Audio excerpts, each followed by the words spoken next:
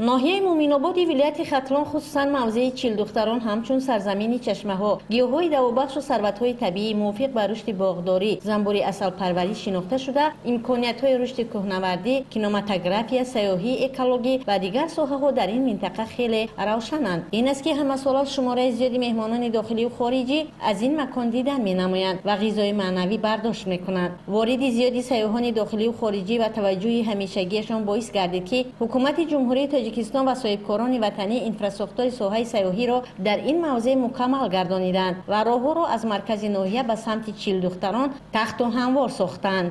مجمع سیاحی چیلدختران در ناحیه مومین‌آباد ولایت ختلان در اساس دستور سپارش‌های پرزیدنت جمهوری تاجیکستان محترم امام علی رحمان سال 2021 در دایره جشن 30مین سالگرد استقلالیت دولتی با طرح و نمای معاصر و با رعایت پذیرفته شده ساختمانی در کوتاه‌ترین مهلت بنیاد گردیده بود که در آن 70 نفر با جای کاری دائمی تامین شدند. در این مجمع سیاحی مهمانخانه 5 آشیانه چیلدختران با شرایط‌های معاصر خدمت‌رسانی بنیاد یافته است که در یک وقت امکان دارد تا 100 نفر را قبول نماید. مهمانخانه مذکور در قلب کوه ساخته شده، حجره‌های قبول مهمانان با شکل و اسلوب مختلف بنیاد گردیده، خدمت‌رسانی موافق استانداردهای جهانی راه‌اندازی کرده شده است. جهت ترغیب سنت و عنعنه‌های ملی در شفت مهمانخانه برای قبول سیاحان با اصول خاص معماری ملی خانه‌های گوناگون نیز بنیاد گردیدند. با شکرگزاری از دوران صاحب استقلالی کشور، ناحیه مومین‌آباد نیز در قطار دیگر شهر و ناحیه‌های کشور وابسته به فراهم آوردن شرایط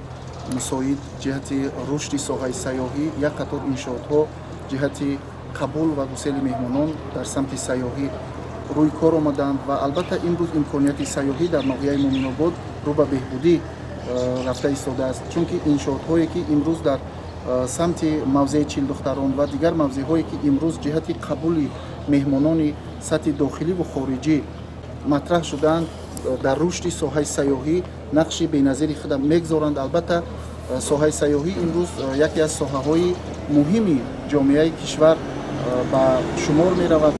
لازم به یادآوری است که اهالی این منطقه کوهستان بیشتر به ساحه باغداری و چرواداری و زنبوری عسل پروری شغل ورزیده سطح صفت زندگی خویش را به این وسیله بلند می‌بردارند. همچنین از دیگر شهر و ناحیه‌های منطقه کلاب زنبور پروران عائله‌های زنبور را به این موضع آورده کار کرد می‌کنند. از روی اطلاع زنبور پرور پرورش و نگاهبین زنبور نازکی‌های خاص خود را دارد و زنبور پروران با استفاده از اصول‌های پرورش و نگاهبین اشیاء خام صنعتی را کارکرد کرده و بازارهای داخلی و بیرون از مرز تاجیکستان انتقال می‌دهند. مورد به ذکر خاص است که ناحیه مومین‌آباد خصوصا موضع چیلدختران دارای ذخیره‌های بای سیاحی بوده برای رشد توریسم کوهی، ورزشی، اتنوگرافی و اکولوژی موافق می‌باشد. خیرنسا مرادزاده، محمد میرزا، ناحیه مومین‌آباد، اخبار.